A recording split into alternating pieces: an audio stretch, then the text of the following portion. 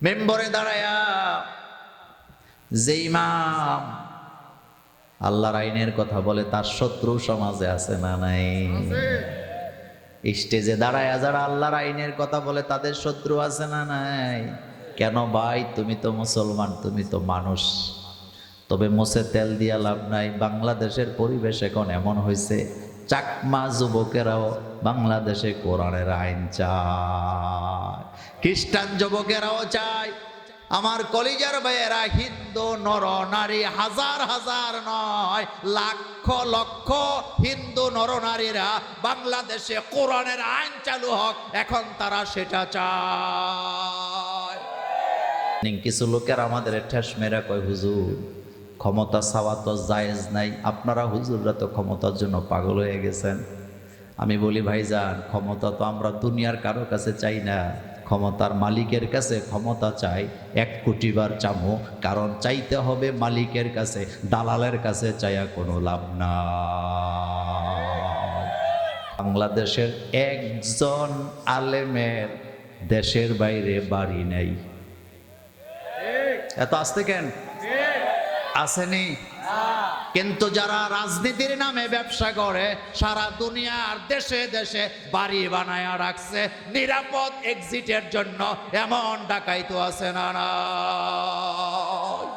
আমার রব দেখছেন আমি যে বিপদে আছি, আমার রব দেখছেন আমি যে বিনা দোষে মামলা খাইছি, আমার রব দেখতেছেন আমি যে বিনা কারণে ফাঁসিতে যাচ্ছি। কে দেখতেছেন? জোরে বলেন, কে দেখতেছেন?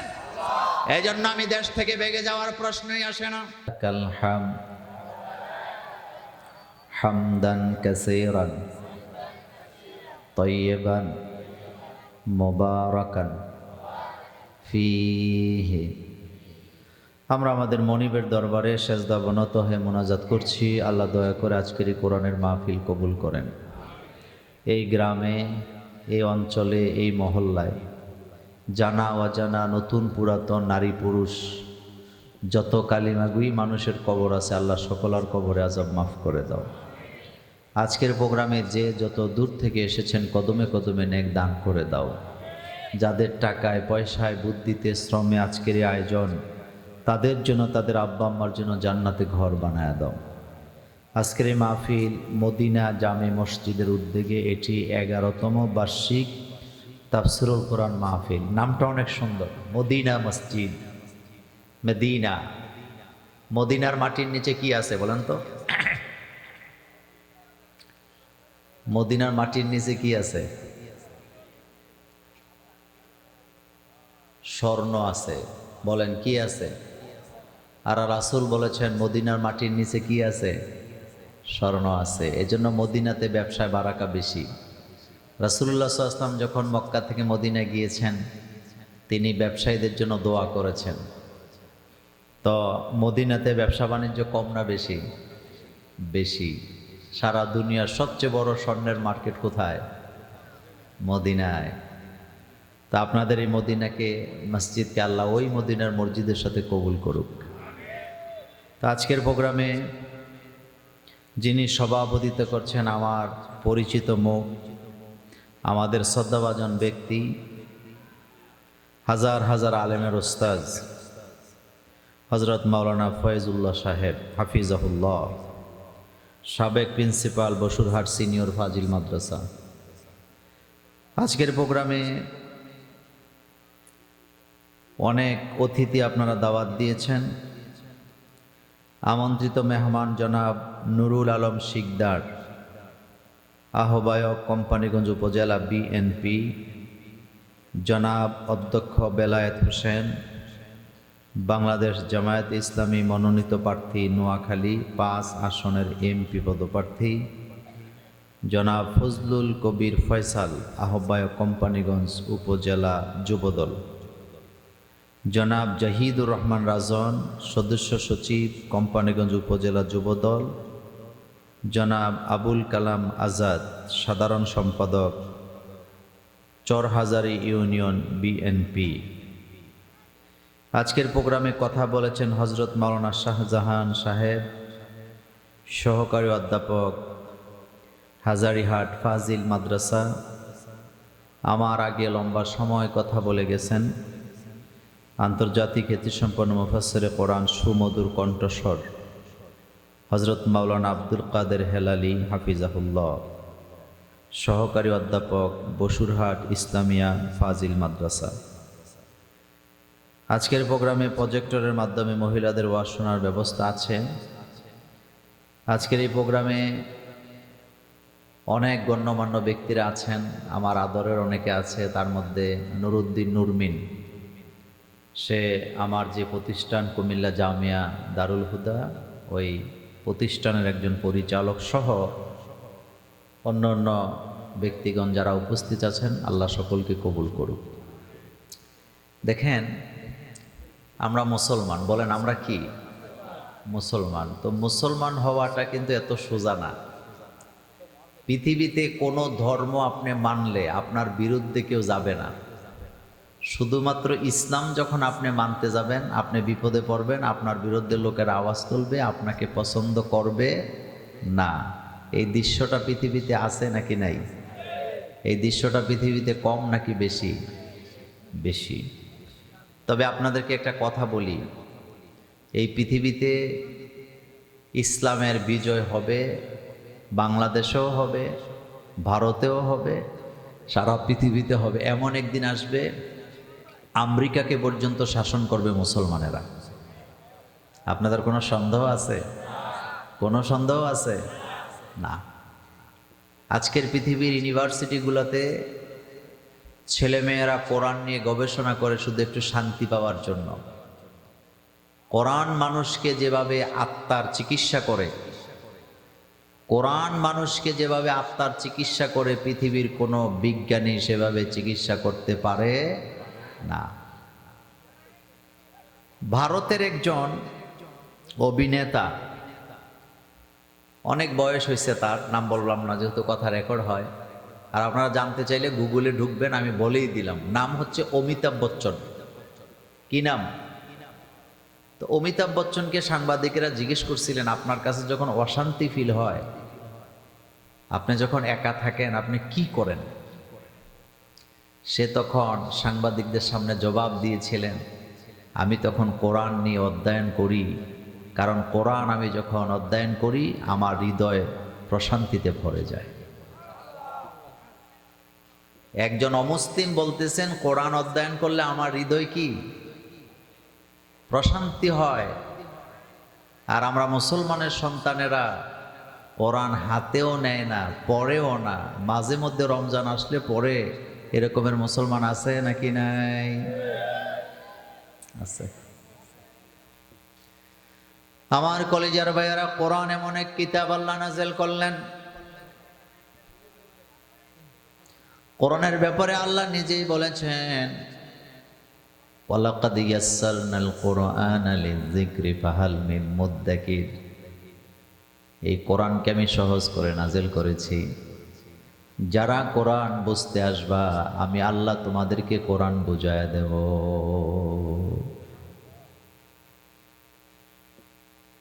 কোরআনের পরিবেশ আর অন্য অন্য পরিবেশ একরকম হতে পারে না। মাজালিসুল কোরআন, যেই মাজলিসে কোরআনের আলোচনা করা হয়, রাসূল বলেছেন সেই মাজলিস হলো জান্নাতের বাগান। এজন্য মানুষেরা কোরআন শুনতে ভালোবাসে। মক্কায় কোরআন শোনার মতো দুই প্রকার লোক ছিল। এক প্রকার লোকেরা কোরআন পড়তেন, কোরআন মানতেন, কোরআন শুনতেন। আরেক দল লোকেরা পাগলের মতো সারা রাত জায়গা জায়গা কোরআন শুনতেন, কিন্তু কোরআন মানতেন না, কোরআনের আইনের বিরোধিতা করত। এই দুই শ্রেণীর লোক মক্কায় আছে না? না।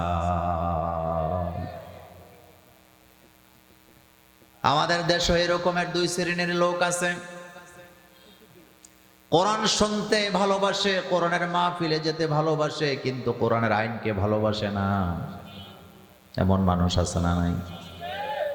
মক্কার দিকে তাকান, আবু জাহিল, আবু লাহাব, উতবা, সাইবা, মুগিরারা কোরআন শুনতে পছন্দ করতেন, কিন্তু তারা কোরআন মানতেন না। আবু বকর, ওমর, ওসমান, আলী, খাব্বাব, সুমাইয়ারা শুধু কোরআন শুনতেন না, বরং কোরআন মানার জন্য তারা পাগল ছিল। যার কারণে দুই দলের মধ্যে পার্থক্য হলো, শুধু শুনলে হবে না, কোরআন মানাও লাগবে। কোরআন শোনার পরে যারা কোরআন মানে তাদের ঠিকানা হবে জান্নাতে, আর কোরআন শোনার পরে কোরআনের বিরোধিতা যারা করে তাদের ঠিকানা জাহান্নামে। আছে না নাই? পৃথিবীতে কোরআনের মতো চাতক পাখির মতো কোনো কিছু মানুষ এভাবে শোনে না। কোরআন একমাত্র ধর্মীয় কিতাব যেটাকে সুর দিয়ে পড়লে মানুষ পাগল হয়ে যায় শোনার জন্য। আবু জাহিল, আবু লাহাবরা ঘোষণা দিলেন, লা উকসিমু বিহাযাল বালাদ ওয়া আনতা হিল্লুম বিহাযাল বালাদ ওয়া ওয়ালিদিন ওয়া মা ওয়ালাদ। তারা সেখানে এটাই বুঝাইতে চাইলেন মুহাম্মদ সাল্লাল্লাহু আলাইহি ওয়াসাল্লামের জন্য এই শহর আমরা হালাল করে দিয়েছি। তার মানে এই শহরে মুহাম্মদ সাল্লাল্লাহু আলাইহি ওয়াসাল্লামকে হত্যা করা জায়েজ। এখানে কুকুর বিড়াল হত্যা করলে বিচার হবে, কিন্তু মুহাম্মদ সাল্লাল্লাহু আলাইহি ওয়াসাল্লামকে হত্যা করলে এই শহরে বিচার করা হবে না। আবু জাহিল, আবু লাহাবেরা ঘোষণা দিলেন, কোরআন শুনবা না, কোরআনের কাছে যাবা না। وقال الذين كفروا لا تسمعوا لهذا القرآن, খবরদার কোরআন শুনবা না। আল্লাহর নবী কাবা সামনে দাঁড়ায়া, মাকামে ইব্রাহিমের সামনে দাঁড়ায়া কোরআন তেলাওয়াত করতেছেন। আবু জাহিল কোরআন শুনতেছে, আবু লাহাব শুনতেছে, উতবা সাহেবারা শুনতেছেন। আল্লাহর নবী যখন ফজরের আজানের পরে তাহাজ্জুদের তেলাওয়াত বন্ধ করে দিলেন, কুরাইশের নেতারা যার যার বাড়িতে যাবে। কাবার চত্বর ছাড়ার পরে একজন আরেকজনের সাথে দেখা হলো। একজন আরেকজনকে জিজ্ঞেস করতেছে, গেছিলি কোথায়? কই তুই গেছিলি কই? এবার আবু জাহিল মুস্কি হাসি দিয়ে বললেন, কোরআন তো মানি না, কিন্তু মুহাম্মদ সাল্লাল্লাহু আলাইহি ওয়াসাল্লামের তেলাওয়াত এত মজা লাগে। সুবহানাল্লাহ বাইজিয়া। কোরআন মানি না, কিন্তু কোরআনের তেলাওয়াত এত ভালো লাগে, সারা রাত দাঁড়ায় দাঁড়ায় কোরআন শুনলাম। এবার আবু জাহেল বললেন, এই কথা যদি মক্কার লোকেরা জানতে পারে আমরা লুকায় লুকায় কোরআন শুনি, তারা কালিমা পড়ে মুসলমান হয়ে যাবে। সারা মক্কায় জানায়া দাও, কাবা ঘরের সামনে একটা পাগল আছে, ওই পাগল কি বলে শুনবা না, তার কাছে যাবা না, কোরআন শুনবা না, কারণ কোরআন জিনদের বানানো কথা। আমার নবীকে তারা জাদুঘর বলেছে, পাগল বলেছে, জিনে পাওয়া রুগী বলেছে। নবীকে যখন তারা জিনে পাওয়া রুগী বললেন, খাদিজা ডাইরেক্ট রাসূলকে বলে দিলেন, মুহাম্মদ সাল্লাল্লাহু আলাইহি ওয়াসাল্লামকে বললেন, আবুল কাসেম আপনাকে জিনে আসর করতে পারে না, কারণ জিনে আসর করার মতো লোক আপনি নন। আপনি এতিমকে আশ্রয় দেন, বিধবাকে আশ্রয় দেন, মানুষের বিপদে সাহায্য করেন। আবু জাহেল, আবু লাহাবরা ঘোষণা দিলেন, কোরআন শোনা যাবে না, কোরআনের কাছে যাওয়া যাবে না। ওই দিন রাতের বেলা আবু জাহিল মনে মনে চিন্তা করলেন, রাতের বেলা ঘুম আসে না কেন? নিশ্চিত মুহাম্মদ সাল্লাল্লাহু আলাইহি ওয়াসাল্লামের তেলাওয়াত না শুনলে ঘুম আসবে না। তার মনের মধ্যে চিন্তা ঢুকছে, আজকে তো কেউ যাবে না, গতকালকে ঘোষণা দিয়ে দিছি। আবু জাহিল যে এক কোনায় দাঁড়াইছে, আবু লাহাব আরেক কোনায় দাঁড়াইছে, এই চিন্তায় আজকে তো আর কেউ আসবো না, আমি শুনবো। উতবা আরেক কোনায়, সাহেবা আরেক জায়গায় দাঁড়ায় দাঁড়ায় রাসূলের কণ্ঠে তেলাওয়াত শুনতেছে। রাত শেষ হয়ে যাচ্ছে, সুবহে সাদেকের আগে রাসূল তেলাওয়াত বন্ধ করে দিলেন। তখন তো 5 ওয়াক্ত নামাজ ফরজ হয় নাই, নবীজি তেলাওয়াত করতেন তাহাজ্জুদের নামাজে। তখনকার সময় তাহাজ্জুদের নামাজ রাসূলের জন্য বাধ্যতামূলক করেছিলেন কে? আমার কলেজের ভাইয়েরা, তারা যখন আবার যাচ্ছিলেন, একজন আরেকজনের সাথে যখন দেখা হলো, আবু জাহেল আবু লাহাবরা কই তুই গেছিলি কই? কই তুই গেছিলি কই? আবু জাহেল চালাক মানুষ। আবু সুফিয়ান তখনও মুসলমান হয় নাই। আবু সুফিয়ান এবার হাসি দিয়ে বলতেছে, সবার তো একই দশা, কথা ব্যাখ্যা দেওয়া দরকার নাই, তবে আমি আবু সুফিয়ান সাক্ষী দিলাম, এমন একদিন আসবে মুহাম্মদ সাল্লাল্লাহু আলাইহি ওয়াসাল্লামের এই কোরআন সারা পৃথিবীতে ছড়ায়া যাবে। কোথায় মক্কা, কোথায় বাংলাদেশ, ঘরে ঘরে কোরআন আছে না নাই? আরো জোরে বলেন আছে না নাই? 1400 বছর আগে মক্কায় কোরআন নাযিল হয়েছে। 1400 বছর পরে বাংলাদেশে গড় তালাশ করে দেখেন এমন কোন গড় নাই যেখানে কোরআন নাই। চায়নাতে বোধহয় কোরআন নাই, জাপানে বোধহয় নাই, নাই কোথায়? কোথাও পাবেন না, পৃথিবীর এমন কোন রাষ্ট্র পাবেন না যেখানে কোরআন নাই। কোরআন দুই প্রকার লোকদের কাছে ভালো লাগে, যারা কোরআন মানে তাদের কাছেও ভালো লাগে, যারা মানে না তাদের কাছেও ভালো লাগে। কিন্তু মজার ব্যাপার হলো শুধু শুনলে হবে না, সামিআনা ওয়া আতানা, শুনতে হবে, মানতে হবে। মানার দলে আমরা আছি না নাই? চিল্লায় বলেন আছি না নাই? শুধু কি শুনবো না মানবো? শুধু শুনলে হবে না। কোরআনকে যারা নিজের বিরুদ্ধে দাঁড়া করায়, অতীতের দিকে তাকায় দেখেন একজন দুনিয়া থেকে ইজ্জত নিয়ে যেতে পারে নাই। আর কোরআনকে যারা বন্ধু বানায় তাদের জন্য সম্মানের ব্যবস্থা করেন কে? অন্ধ হাফেজ, অন্ধ মানুষকে তো কেউ সম্মান করে না, কারণ সে চোখে দেখে না। কিন্তু অন্ধ হাফেজারা যখন তেলাওয়াত করে আমাদের কলিজা শীতল হয় নাকি হয় না? কোরআনওয়ালাদেরকে যেভাবে সম্মান করা হয়, পৃথিবীতে কোনো মানুষকে আর এত সম্মান করা হয় না। আজও মসজিদের ইমামকে যতটা সম্মান করা হয় পৃথিবীর কাউকে এভাবে করা হয় না। এখানে শুধুমাত্র কোরআনের কারণ আছে না নাই? আমার কলেজের এবার কোরআনে আল্লাহ পাক বলছেন, ও মুমিনেরা, আমি তোমাদের জন্য পরীক্ষা নেব। ওয়ালা নাবলুওয়ান্নাকুম বিশাইইম মিনাল খাউফি ওয়াল জু'i ওয়া নাকসিম মিনাল আমওয়ালি ওয়াল আনফুসি ওয়াস সামারাত ওয়া বাশশিরিস সাবিরিন।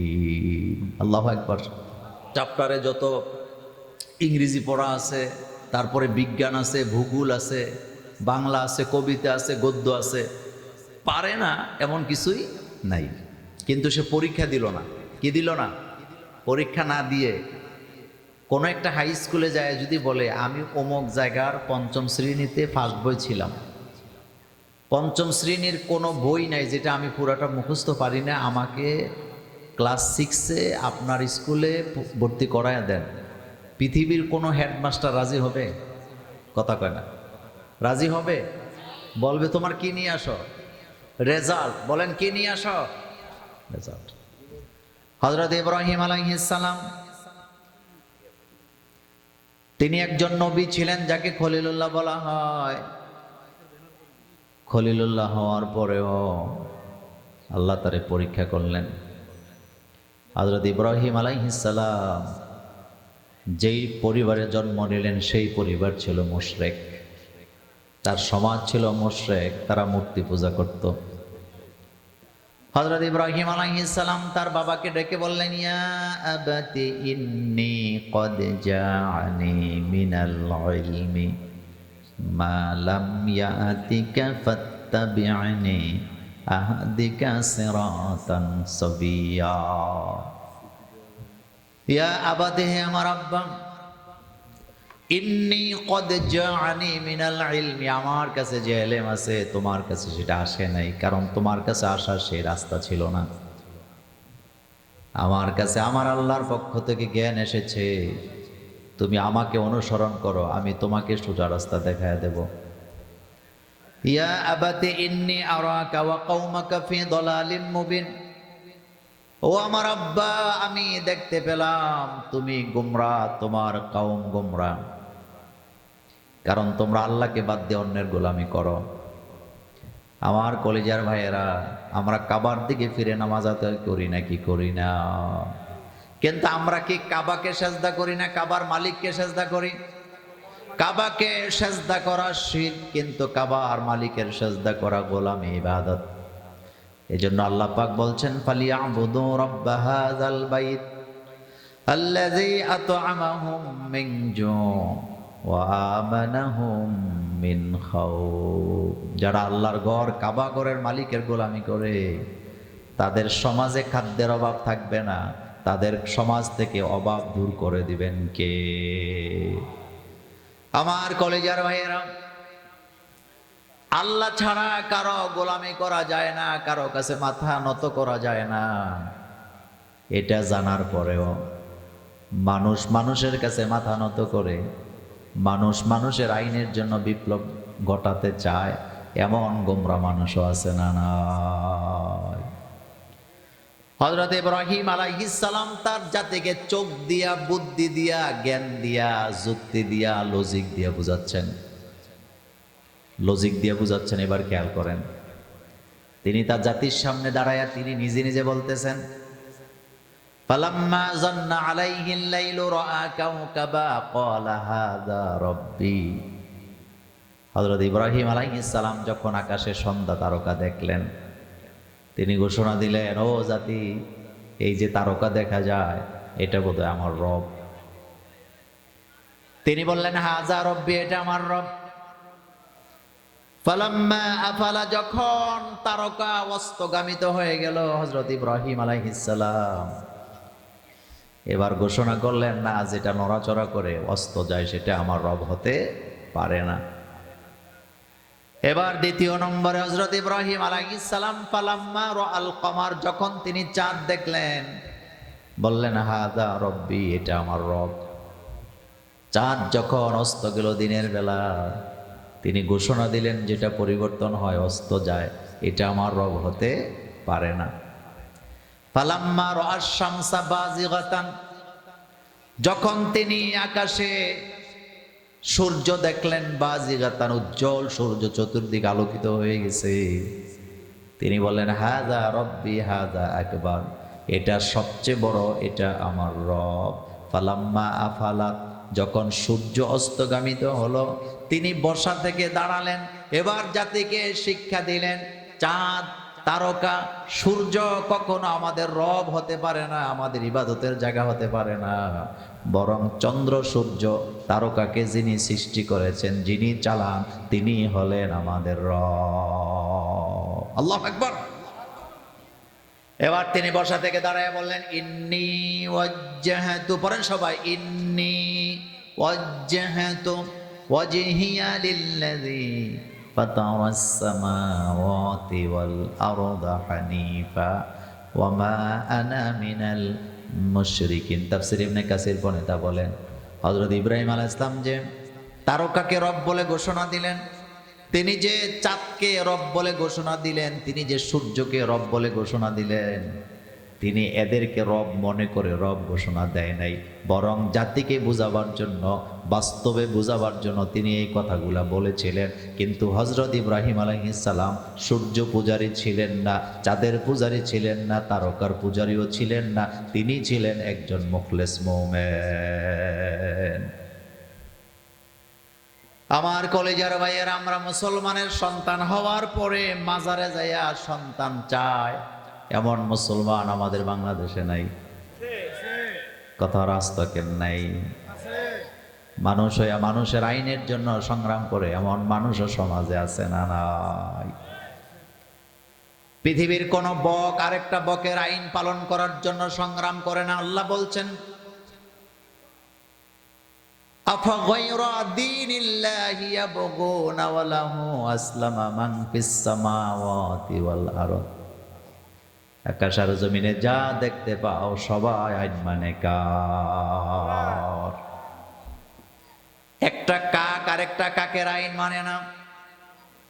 একটা কাক আরেকটা কাকের কাছে কোনো সাহায্য চায় না, রিজিক চায় না, সন্তানও চায় না। মনোযোগ আছে আপনাদের?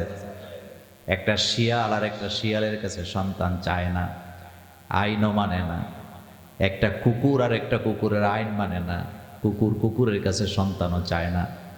কিন্তু আফসোস, যাদেরকে আল্লাহ আকল দিলেন, জ্ঞান দিলেন, দুইটা সমন্বয় করে দিলেন, মানুষ জ্ঞান পাওয়ার পরেও শাহজালালের মাজারে যাইয়া, শাহপরানের মাজারে যাইয়া সন্তান কামনা করে, ভাগ্যের পরিবর্তন কামনা করে, বিপদ দূর করতে চায়, নির্বাচনে পাশ করতে চায়, এমন মুশরিক আছে না নাই?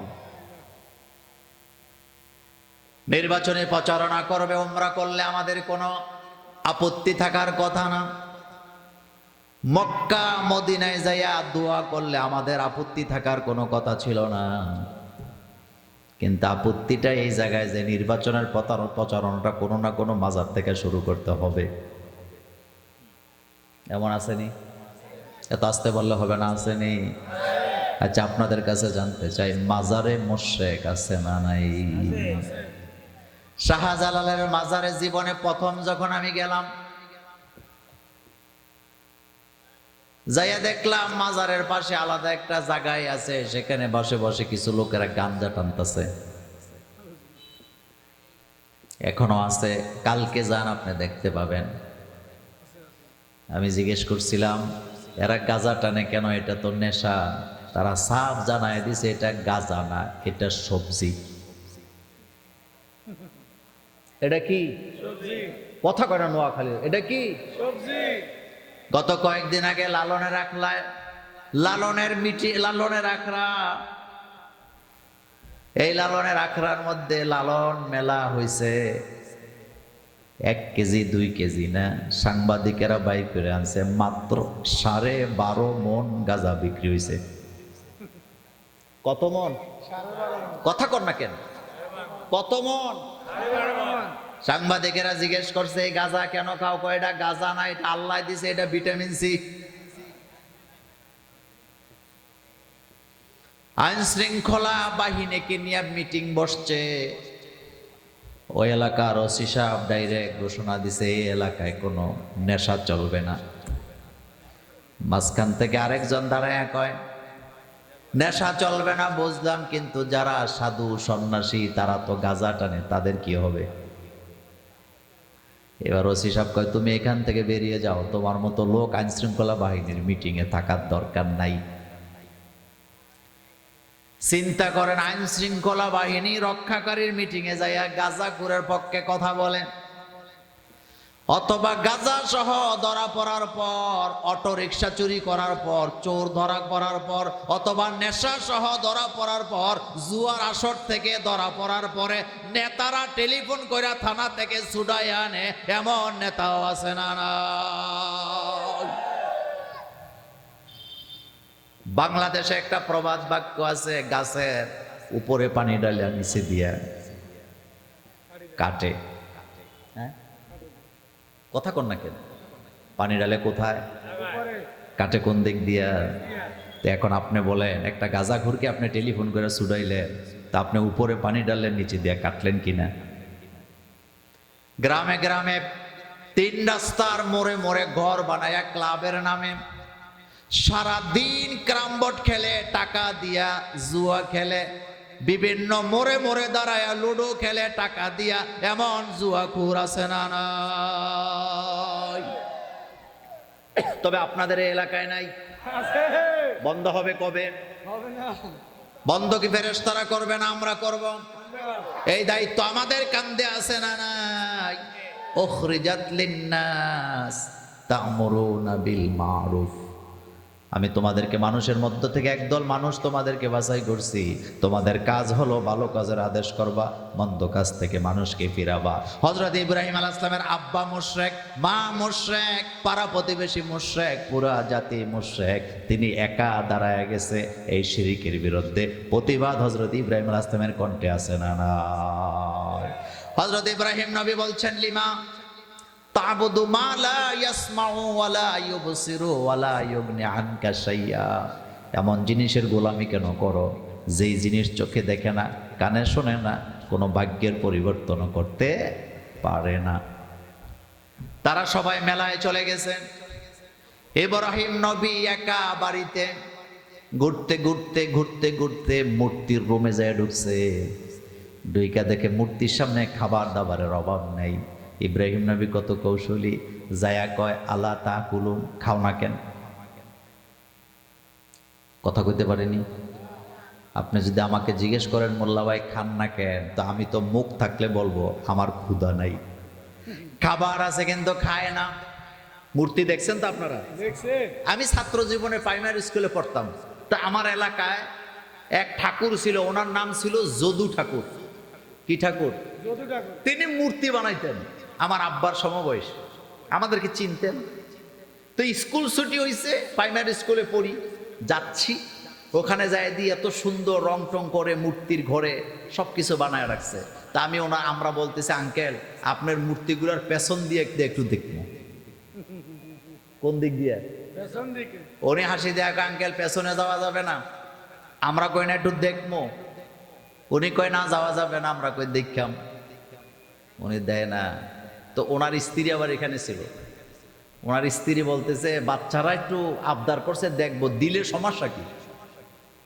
উনি কয় আচ্ছা ঠিক আছে আঙ্কেল, দেখা বের হয়ে চলে যাও। তো পেছনে যায় দেখি খের কুটা আর নারিকেলের মালা দেখা যায়। কিসের মালা? মালা কোন জায়গায় দিয়েছে বুঝছেন নি এবার? তা আমি হাসি দিয়া বললাম, আমরা তো ছোট মানুষ, ছোট ছোট থেকে আমরা বললাম, আঙ্কেল মাথার পিছে নারিকেলের মালা দিছেন কেন? উনি হাসি দেয়া, আঙ্কেল নারিকেলের মালা না দিলে মাথা সোজা হয় না। তো আল্লাহ যে মানুষ বানাইছে নারিকেলের মালা ঢুকাইছে? কথা কর না কেন? আল্লাহ যে মানুষ বানাইছে নারিকেল আসেনি? আল্লাহ যে মানুষ বানাইছে আমাদের শরীরের পেছন দিকে কোনো খেরকুটা আসেনি? কি নিখুঁত কারিগর তিনি। আল্লাহ বলছেন, হাল তারা মিন ফুতুর, আমার সৃষ্টির মধ্যে তুমি কি কোনো ভুল পাও, ফাটা পাও, ছিদ্র পাও? কিয়ামত পর্যন্ত চেষ্টা করলে আল্লাহর সৃষ্টিতে ভুল খুঁজে পাওয়া যাবে না। লাকাদ খালাকনাল ইনসানা ফি আহসানি তাকওয়িম।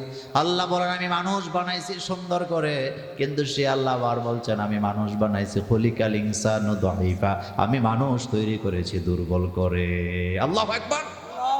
মানুষ কি সবল না দুর্বল? এত আস্তে বললে হবে না, সবল না দুর্বল? দুর্বল দুর্বল দুর্বল। খুলিকাল ইনসানু দাঈফা। আল্লাহ বলেন আমি মানুষ তৈরি করেছি দুর্বল করে। কত দুর্বল! রিকশার টায়ারের সাথে ধাক্কা খেলে পা ভেঙে যায়। কথা কর না কেন? ভাঙ্গে কি ভাঙ্গে না? লাফ দিলে পা ভেঙে যায়, ঘুষা দিলে নাক ফেটে যায়, অস্ত্র দিয়া কোপ দিলে রক্ত বেরিয়ে মানুষ মরে যায়।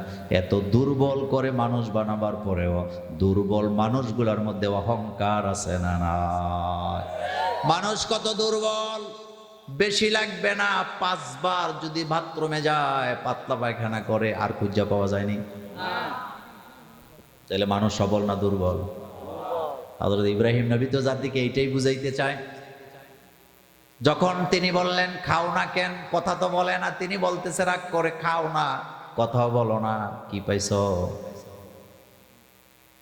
ডান হাত দিয়ে খিচ্ছে। কি দিয়া? দরবাম বিলিয়ামিন। ডান হাত দিয়ে খিচ্ছে, থাপ্পড় মারছে। যেটারে মারছে এটার কল্লা যে আরেকটার মধ্যে পড়ছে। যখন ভেঙে গেছে দুইটা, উনি সিদ্ধান্ত নিলেন সব ভাঙবে, বড়টা রেখে দিবেন। এই সিদ্ধান্ত ইব্রাহিম আলাইহিস সালামের, কারণ তিনি জাতিকে বুঝাতে চায় তাদের কিচ্ছু করার ক্ষমতা নাই, ক্ষমতা কার? ফাজআলাহুম জুজাজান ইল্লা কাবীরা। তিনি সবগুলাকে টুকরা টুকরা করে ভেঙে ইল্লা কাবীরা, বড়টা রেখে দিয়েছে। বড়টার কাঁধের উপরে কুঠার দিয়ে রাখছে। এখন তারা মেলা টেলা শেষ করে যখন পূজার ঘরে গেছে, মূর্তির ঘরে যায় দেখে সব ভাঙা, একটা দাঁড়ায় আছে। এবার একজন আরেকজনকে বলতেছেন, মান ফাআলা হাযা বিআলিহাতিনা, আমাদের রবের সাথে এত বড় অপরাধটা কে করলো? কে আমাদের রবকে হত্যা করলো, ভাঙলো, চুরমার করলো? মান ফাআলা হাযা, এটা কে করলো? কাউকে সন্দেহ করে নাই, সমাজের সবচেয়ে ভালো ছেলেটারে সন্দেহ করছে। ওই ছেলেটার নাম কি? কথা কয় না। ওই ছেলেটার নাম কি? ভদ্র, নম্র, মিষ্টি ভাষায় কথা বলে, কোনোদিন কারোর সাথে বেয়াদবি করে না। কিন্তু তারা ওই ছেলেটারে ধরে নিছে, নিয়ে বলতেছে আনতা ফালতা বিহাযা আলিহাতিনা ইয়া ইব্রাহিম, তুমি কি আমাদের রবের সাথে এই কাজ করেছ? হযরত ইব্রাহিম নবী কৌশলে জবাব দিলেন, আমাকে জিজ্ঞেস করো কেন? তোমরা ওই বড়টাকে জিজ্ঞেস করো যার কাঁধের উপরে কুঠার আছে। এবার তারা বলতেছে, ইব্রাহিম তুমি কি আমাদের সাথে ঠাট্টা করো? সে তো কথা বলতে পারে না, সে তো জড় বস্তু। এবার ইব্রাহিম নবী তাদেরকে লজিক দিয়ে বোঝাচ্ছেন যে এই জিনিস কথা বলতে পারে না, নিজেরে বাঁচাইতে পারে না, তোমাদের বাঁচাই কেমনে, ভাগ্যের পরিবর্তন করে কেমনে, এটা বুঝাবার জন্য এই কাজ হয়েছে। তোমরা গোলামি করতে হবে কার? এবার তাদের নেতারা বলতেছে তোমরা কি তোমাদের রবের উপকার করতে চাও? জনগণ কয় হ্যাঁ চাই। এবার নমরুদ বললেন তাইলে আগুন জ্বালায়া ইব্রাহিমকে জ্বালায়া দাও। পরীক্ষা শুরু। বলেন পরীক্ষা শুরু, বলেন পরীক্ষা শুরু। আমার কলেজের বাইরে এখনো তুরস্কে সেই পুকুর আছে যেই পুকুরে তারা আগুন জ্বালাইছিলেন। বেবিলনের শহরে আগুন জ্বালায়া সেখানে তাকে ফেলে দিচ্ছেন। জিব্রাইল আমিন এসে বলতেছেন ইব্রাহিম তারা আপনাকে আগুনে ফেলে দিবে, হাত দিলাম আপনি হাতটা ধরেন, আপনাকে আমরা আকাশে উঠায় নিয়ে যাব। হযরত ইব্রাহিম নবী রাজি হয়েছেনি? জোরে কর। দেশ ত্যাগ করছেনি? দেশও ত্যাগ করে নাই, কারো কাছে আশ্রয়ও চায় নাই, ভাগ্যও যায় নাই। এই শিক্ষা আলেমদের মধ্যেও আছে না? না, কথায় কষ্ট পাইেন না, খাপে খাপে মিলায় নেন। বাংলাদেশের একজন আলেমের দেশের বাইরে বাড়ি নেই।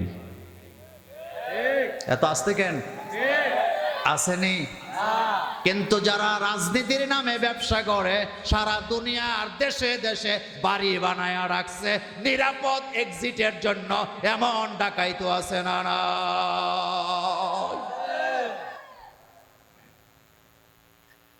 আমরা যারা আলেম ওলামারা এখানেই তো বাঁচবো, এখানেই তো মরবো, কারণ আমরা তো আমাদের দেশকে সচ্চা ভালোবাসি। এত আসতে বলেন কেন? কি ভালোবাসি? আমরা কোন দেশের দালালি করি না। আল্লাহর জাতের কসম করে বলে তোমরা যেই দেশের দালাল আমাদেরে বলো, বাংলাদেশের কোন আলেমের ভিসাও সেই দেশের নাই। আছে? কথা বলেন আছে? হযরত ইব্রাহিম নবী তো বলতে পারতেন জিব্রাইল আমাকে নিয়ে যাও। নবী হযরত ইব্রাহিম নবী কয় না, আমি তো কোনো দেন্দা খোদার গোলামি করি না, আমি তো কোনো অন্ধ খোদার গোলামি করি না। আমার বিপদ আমার রব দেখছেন। সামি আল্লাহু লিমান, বলেন সামি আল্লাহু লিমান। আমার রব দেখছেন আমি যে প্রশংসা করি, আমার রব দেখছেন আমি যে বিপদে আছি, আমার রব দেখছেন আমি যে বিনা দোষে মামলা খাইছি, আমার রব দেখতেছেন আমি যে বিনা কারণে ফাঁসিতে যাচ্ছি। কে দেখতেছেন? জোরে বলেন কে দেখতেছেন? এই জন্য আমি দেশ থেকে ভেগে যাওয়ার প্রশ্নই আসে না। আমার কলেজের ভাইয়েরা, ইব্রাহিম আলাইহিস সালাম পরীক্ষায় পাস না ফেল? পাস না ফেল? তারা আগুনে ফেলে দিলেন। পুরো ঘটনা বলা আমার উদ্দেশ্য না। একজন খলিল, আল্লাহর খলিল যাকে বলা হয়, তারে আল্লাহ পরীক্ষা ছাড়া পাস করায় নাই। আমার মতো আপনার মতো সাধারণ মানুষের পরীক্ষার দরকার আছে না? নাই। বুখারী মুসলিমের হাদিসে আসছে, রাসূল বলেছেন পরীক্ষা সবাইকে দিতে হবে, কিন্তু পরীক্ষা সবার সমান হয় না। সবচেয়ে কঠিন পরীক্ষা হয় নবীদের। কাদের? এরপর ঈমান অনুসারে তার পরীক্ষা হয়। যার ঈমান যত দুর্বল তার পরীক্ষা হয় দুর্বল, যার ঈমান যত মজবুত তার পরীক্ষা হয়ে যায় মজবুত। সুবহানাল্লাহ। বাইজে কইনা হযরত ইব্রাহিম আলাইহিস সালাম আগুন থেকে 40 দিন পরে বের হয়ে চলে গেলেন। সেখানে তিনি বিয়ে করলেন রাজ পরিবারে। ওইটাও বলা শেষ নয়, পরীক্ষা কিন্তু এখনো শেষ হয় নাই। রাজ পরিবারে বিয়ে করে রাজ পরিবারের জামাই তিনি, সোজা কথা নয়। তিনি সাবা থেকে রওনা দিলেন জেরুজালেমের দিকে স্ত্রীকে নিয়ে। পথে মধ্যে নিজের স্ত্রী হাইজেক হয়ে গেছে। জালিম বাদশা তার স্ত্রী সারাকে ধরে নিয়ে গেছে। আমার মায়েরা বোনেরা যারা শুনছো, তোমাদের জন্য এই পয়েন্ট, এই কথা তোমাদের জন্য বলে যাই। নবী হযরত ইব্রাহিম নবীর স্ত্রী হযরতে সারা, তাকে হাইজেক করে জালেম বাদশার লোকেরা নিয়ে গেছে, ধরে নিয়ে আটকায় রাখছে। হযরত ইব্রাহিম আলাইহিস সালাম স্ত্রীকে হারায়া পার্শ্ববর্তী বাজারে বাজারে ঘুরে আর চোখের পানি ফেলে কান্দে, কারোরে বুঝতে দেয় না। স্ত্রীর নিরাপত্তার জন্য দোয়া করতেছে কার কাছে? হযরতের সারাকে নিয়ে আটকায় রাখছে। পুরা হাদিস আমি বলবো না, তাফসীর ইবনে তাবারিতে আসছে, ইবনে কাসিরেও ঘটনাটা আছে। হযরতে ইব্রাহিম আলাইহিস সালামের স্ত্রী সারাকে নিয়ে যেই রুমের ভিতরে আটকায় রাখছে, জালিম বাদশা তার সাথে দেখা করতে আসছে।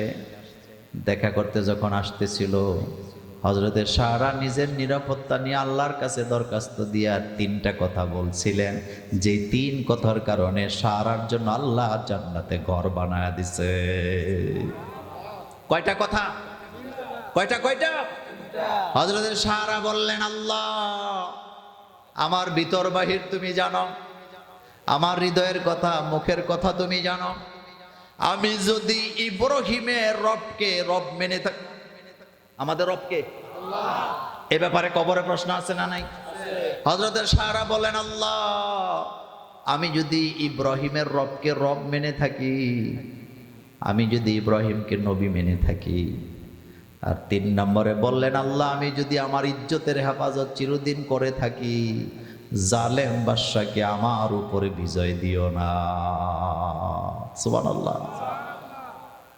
তাফসীরের ব্যাখ্যায় আসছে, উনি কিন্তু এই কথা বলে নাই যে আল্লাহ তুমি আমারে জালেম থেকে হেফাজত করো। তিনি বললেন জালেমের বাদশাকে আমার উপরে বিজয় দিও না। কি শব্দ ইউজ করছে? যুবকেরা কথা কানা কি বিজয় বলেন কি? কারণ কি বিজয় কেন চাইছেন? তার কারণ হযরতে সারা জানেন ক্ষমতা কার। ইদানিং কিছু লোকের আমাদের ঠেস মেরা কয়, হুজুর ক্ষমতা চাওয়া তো জায়েজ নাই, আপনারা হুজুররা তো ক্ষমতার জন্য পাগল হয়ে গেছেন। আমি বলি ভাইজান, ক্ষমতা তো আমরা দুনিয়ার কারো কাছে চাই না, ক্ষমতার মালিকের কাছে ক্ষমতা চাই 1 কোটি বার চামো, কারণ চাইতে হবে মালিকের কাছে, দালালের কাছে চাইয়া কোনো লাভ না। এদিকে তাকান, এই মাইকটা মালিক আছে না নাই? আপনি যদি বলেন মোল্লা ভাই এই মাইকটা আমারে দিয়া দেন, ক্ষমতা আসেনি? কেন ক্ষমতা নাই? কারণ এটার মালিক তো আমি না, এটার মালিক তো আরেকজন আছে। কিন্তু আমার হাতে একটা গড়ি আছে না নাই? তবে চাইয়েন না, আবার যদি চান দেওয়ার ক্ষমতা আমার আসেনি। কারণ কথা কন না কেন? এখন জোরে বলেন তো, ক্ষমতা কার? এত আসতে না ক্ষমতার মালিক কে? তাহলে ক্ষমতা চাইতে হবে কার কাছে? রাসূলুল্লাহ ক্ষমতা চাইছে কার কাছে? তাবারাকাল্লাযী বিয়াদিহিল মুলকু ওয়া হুয়া আলা কুল্লি শাইইন কাদির। হযরতে সারা বলতেছে, আল্লাহ জালেম বাদশাকে আমার উপরে বিজয় দিয়েন না। ইব্রাহিম আলাইহিস সালাম জানে না স্ত্রীর খবর, স্ত্রী জানে না ইব্রাহিমের খবর। আল্লাহ বলেন, আমার সারা যখন বলতেছিল আল্লাহ আমি তোমার রব মানি, আমি ইব্রাহিমকে নবী মানি, আমার সারা যখন বলতেছিলেন আমি আমার ইজ্জতের হেফাজতকারী, আল্লাহ বলেন আমি আমার সারার জন্য জান্নাতে ঘর বানালাম। জালেম বাদশা হাত পা বিকলাঙ্গ হয়ে যায়। কি হয়ে যায়? এত আসতে না, জোরে বলেন কি হয়ে যায়? বিকলাঙ্গ হয়ে যায়। জালেম বাদশা সিদ্ধান্ত নিয়েছে সারার কাছে যাবে না, তবে হাজেরাকেও তার হাতে উঠাই দিল। ঘটনা লম্বা, সেটা বলবো না। ইব্রাহিমের জন্য কত বড় পরীক্ষা। স্ত্রীর খবর জানে না, স্ত্রী জানে না ইব্রাহিমের খবর। একটু পরে জালেম বাদশার লোকেরা সারাকে হাজেরাকে নিয়ে ইব্রাহিম আলাইহিস সালামের কাছে পৌঁছে দিয়ে আসলেন। আল্লাহ জানায় দিলেন, ইব্রাহিম আমার সারা আজকে যেভাবে ইনায়া বিনায়া আমার কাছে তার সতীত্বের প্রমাণ দিল, ইমানের প্রমাণ দিল, আমার সারাকে জানায়া দাও আমি আমার চোখের সামনে সারার জন্য ঘর বানায়া রাখছি। আল্লাহু আকবার। যেই নারী ইজ্জতের হেফাজত করে তার দোয়া আল্লাহর দরবারে ডাইরেক্ট কবুল হয়। কিন্তু আমার দেশে অনেক মা বোন আছে নিজের ছেলেরে মাদ্রাসায় পড়ায়, কিন্তু নিজে পর্দাও করে না, নামাজও পড়ে না, ইসলামও মানে না, এমন মা বোন আছে না? না আসেনি? আসেনি? ছেলে কোথায় পড়ায়? নিজে ইসলাম। জান্নাতে যাওয়া যাবে তো? আপনাদের নোয়াখালীর ওই দিকে জায়গার নাম মনে নাই, মাহফিল করতে আসছিলাম গত বছর নাকি তার আগের বছর, আমার মনে নাই। এক নেতাই আমারে ধরে কয়, মোল্লা ভাই দোয়া করেন আপনাদের লেজ ধরে যাতে জান্নাতে যাইতারি। জুবিল্লাহ ভাই যে কইন আর কি। তা আমি গেলাম ভাইজান নতুন মাসালা শিখলাম। কয় মোল্লা ভাই কি মাসালা? আমি কই জান্নাতে যারা যাবে তাদের যে একটা লেজ থাকবে, এটা আজকেই শুনছি। জান্নাতে যারা যাবে তাদের কি লেজ থাকবে নাকি? কিন্তু আপনাদের মধ্যে অনেকে মুছে তেল দেয়, ছেলেরে হাফেজ বানাইছি, ছেলেরে আলেম বানাইছি, মেয়েরে জামাইয়ের কাছে, আলেম জামাইয়ের কাছে বিয়ে দিছি। কেয়ামতে জামাইয়ের লেজ ধরে, ছেলের লেজ ধরে জান্নাতে যাবো, স্বামীর লেজ ধরে জান্নাতে যাবো, এমন মানুষও আছে না? না, কেউ কারো হাত ধরে জান্নাতে যাওয়ার রাস্তা নাই। হযরত আদম আলাইহিস সালামের ছেলে কাবিল আদম আলাইহিস সালামের হাত ধরে জান্নাতে যেতে পারেন নাই। হযরত নূহ আলাইহিস সালামের ছেলে কেনান হযরত নূহ আলাইহিস সালামের হাত ধরে জান্নাতে যেতে পারেন নাই। এমন কি লূত আলাইহিস সালামের স্ত্রীর স্বামী নবী হওয়ার পরেও হাত ধরে জান্নাতে যেতে পারে নাই। তাদের ব্যাপারে জাহান্নাম কথাটা কোরআনে আছে না নাই? হযরত লূত আলাইহিস সালামের স্ত্রী জান্নাতি না জাহান্নামী? কথা কয় না? অভিশপ্ত না নিয়ামত প্রাপ্ত? অভিশপ্ত। অভিশাপ দিছে কে?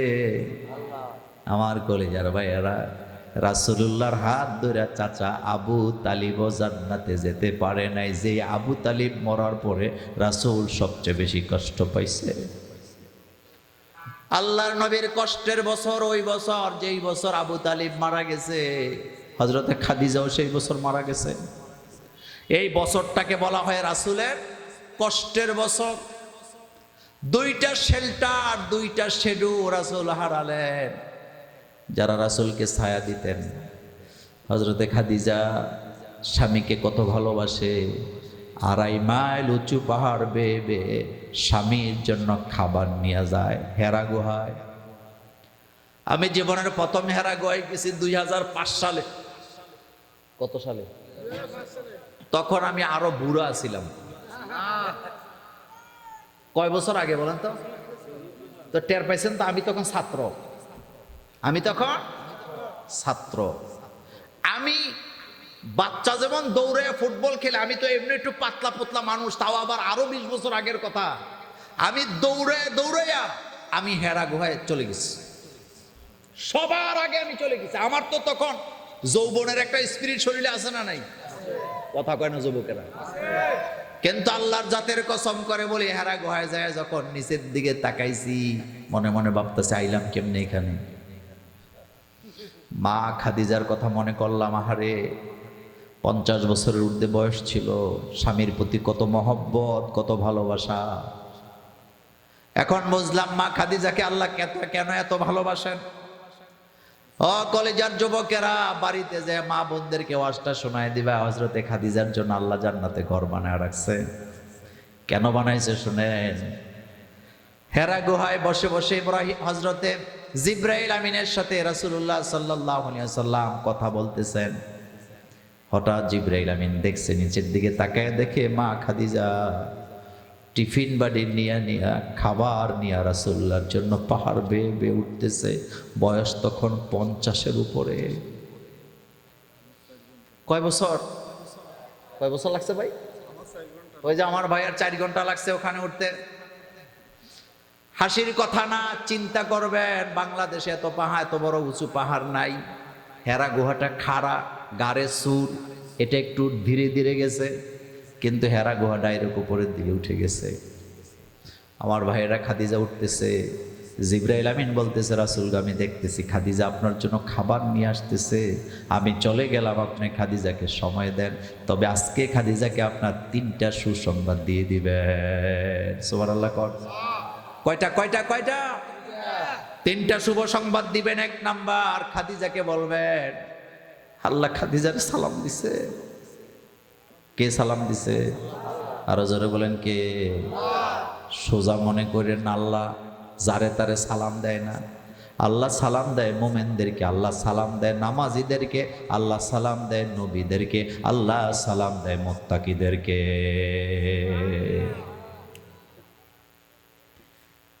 খাদিজা আসছে, রাসূল বললেন, খাদিজা তোমার জন্য সুখবর। খাদিজা কয়, রাসূল কি সুখবর? কয়, জিবরাইল আলাইহিস সালাম এই মাত্র গেছে, আমারে বলে গেছে। রাসূল গো, আল্লাহ খাদিজারে সালাম দিছে। খাদিজা কান্না শুরু করে দিলেন আর বললেন, রাসূল আল্লাহর সালাম কি সেটাও তো বুঝি না, আল্লাহর সালামের জবাব কেমনে দেয় সেটাও তো জানি না। আল্লাহর সালামের জবাব যেমনে দেয়া লাগে আপনি সেভাবে আমার পক্ষ থেকে জবাবটা দিয়ে। কি জ্ঞান, কি প্রজ্ঞা! সুবহানাল্লাহ পড়েন। জ্ঞান আর প্রজ্ঞা কি এক জিনিস? আমার দেশের মহিলা হলে তো আলাইকা ওয়ালাইকুম সালাম বলতো কি না? স্বামীর প্রতি কত শ্রদ্ধা, কত মানে বিশ্বাস তার, বলতেছে আপনি আল্লাহর সালামের জবাব দিয়ে দিয়েন। জিবরাইল বলে গেছে আল্লাহর সালামের সাথে আমি জিবরাইলের সালামটাও দিয়েন। খাদিজা জিবরাইলের সালামের জবাব দিলেন। এবার জিবরাইল বলে গেছে, রাসূল খাদিজারা জানায় দিয়ে, খাদিজা দিনের জন্য যা করছে, ইসলামের জন্য যা করছে, আল্লাহ খাদিজার প্রতি এত খুশি হয়েছে, এত খুশি হয়েছে, খাদিজার জন্য আল্লাহ জান্নাতে ঘর বানায় রাখছে। আমার মায়েরা, বোনেরা, তোমরা খাদিজার উত্তরসূরি, ঠিক কিনা? আরো যারা বলেন ঠিক কিনা? খাদিজা গেছে যেই পথে তোমরাও যাবা সেই পথে। খাদিজা চিরটাকাল নিজের সম্পদ, নিজের সব কিছু ইসলামের জন্য বিলায়া দিছে। এই জন্য খাদিজাকে পরীক্ষায় পাশ করায়া দিছে কে? আরেকজন নারীর জন্য আল্লাহ জান্নাতে ঘর বানাইছেন, তার নাম আসিয়া। কথা কন না কেন? কি নাম? কি নাম? কার ঘরের নারী তিনি? ফেরাউনের গৃহের মহিলা নারী তিনি। আসিয়ার অপরাধ ছিল শুধু একটা। আসিয়া কিন্তু সৎ ছিলেন, ইজ্জতের হেফাজতকারী ছিলেন, আবেদা ছিলেন, সলেহা ছিলেন। কিন্তু আসিয়ার অপরাধের ব্যাপারে আল্লাহ বলছেন, অমানাকা মুমিনহুম ইল্লা আইয়ুমিনু বিল্লাহিল আজিজিল হামিদ। তার অপরাধ কয়টা? জোরে বলেন, আরো জোরে বলেন, কয়টা? আসিয়া বলেছিল, ফেরাউন তোমার আইন চলবে না, তোমাকে রব মানি না, জমিন যার আইনও চলতে হবে তার। আল্লাহু আকবার বলো মিয়া। জমিন কার? চিল্লায় বলেন, জমিন কার? তো আইন চলবে কার?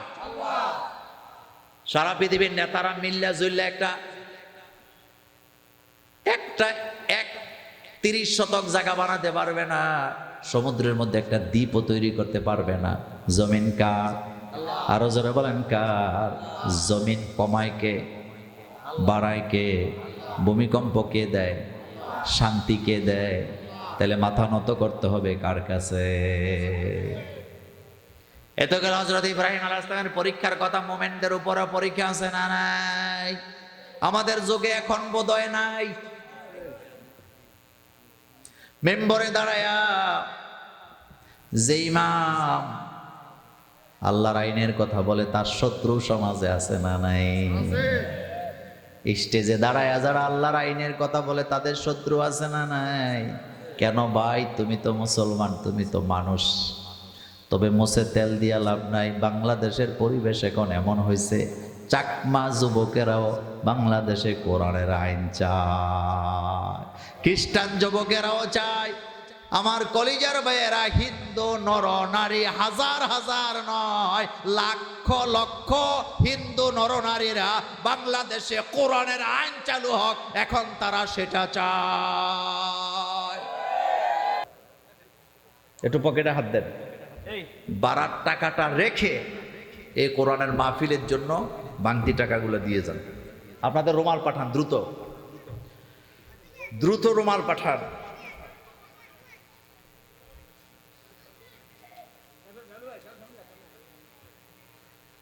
পেছন থেকে কেউ দৌড়ি নাই, একেবারে চাতক পাখির মতো বসে থাকেন, কেউ উঠবেন না, গেট বন্ধ থাকবে।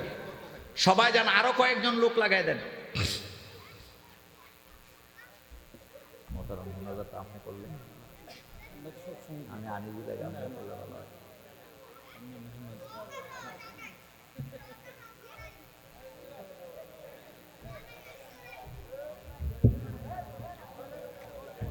এটা কার? আজকেরটা কই?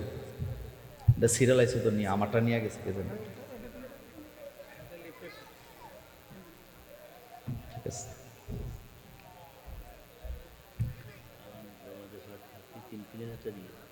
কত? মাশাআল্লাহ, ইনশাআল্লাহ দোয়া হবে সবার জন্য, যারা দান করছে সবার জন্য দোয়া হবে ইনশাআল্লাহ, ইনশাআল্লাহ ইনশাআল্লাহ। আল্লাহুম্মা সাল্লি আলা সাইয়্যিদিনা মুহাম্মদ ওয়া আলিহি ওয়া সাহবিহি আজমাইন। অনেকেই টাকা পয়সা দিয়েছেন, বিদেশ থেকে টাকা পয়সা পাঠাইছেন, সকলের জন্য সকলে দোয়া করবেন। বিশেষ করে নুরুদ্দিন নুরমিন, সে আপনাদেরকে এই মাহফিলের জন্য ভালো একটা অ্যামাউন্ট কালেকশন করে দিয়েছেন, তার জন্য দোয়া হবে। সে নিজেও আপনাদের এখানে ব্যানার দিয়েছেন, তার জন্য দোয়া হবে। আমাদের সভাপতি হাজারো আলেমের উস্তাদ, আমার অত্যন্ত শ্রদ্ধাভাজন ভালোবাসার মানুষ, ওনার জন্য দোয়া করবেন, আল্লাহ যেন ওনাকে সবসময় সুস্থ রাখেন এবং সবল রাখেন। আমি চাইছিলাম হুজুর দোয়াটা করুক, হুজুর বলতেছে আমি করার জন্য। হুজুর আপনি করেন। আল্লাহুম্মা সাল্লি আলা সাইয়্যিদিনা মুহাম্মদ ওয়া আলিহি ওয়া সাহবিহি আজমাইন, আল্লাহুম্মা আমিন। ربنا ظلمنا أنفسنا وإن لم تغفر لنا وترحمنا لنكونن من الخاسرين ربنا لا تزغ قلوبنا بعد إذ هديتنا وهب لنا من لدنك رحمة إنك أنت الوهاب। আয় আল্লাহ তাআলা, মদিনা জামে মসজিদের উদ্যোগে আজকের এই মাহফিল শেষ করে তোমার দরবারে হাত তুলেছি আল্লাহ। শ্রদ্ধেয় জলসা মাওলানা ফয়জুল্লাহ সাহেবের সভাপতিত্বে এই সুন্দর আয়োজনের সমাপ্তি লগ্নে তোমার দরবারে হাত তুলেছি। মেহেরবানি করে কোরআনের মাহফিল কবুল করে নাও। আমাদের দোয়া দুরূদ সালাম সোনার মদিনায় নবী পাকের রওজা মোবারকে পৌঁছা দাও।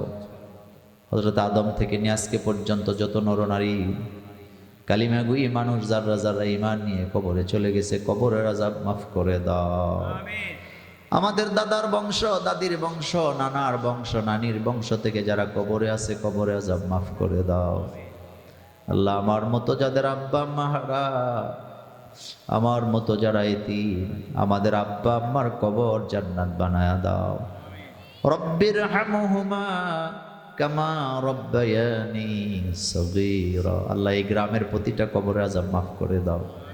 আমার মা বোনদেরকে ক্ষমা করো, মা বোনদের মধ্যে যারা অসুস্থ সুস্থতা দান করো। আমার মায়েদেরকে বোনদেরকে তুমি ইসলামের জন্য কবুল করো আল্লাহ। তাদের হৃদয় ইসলামের দিকে ঝুঁকায় দাও।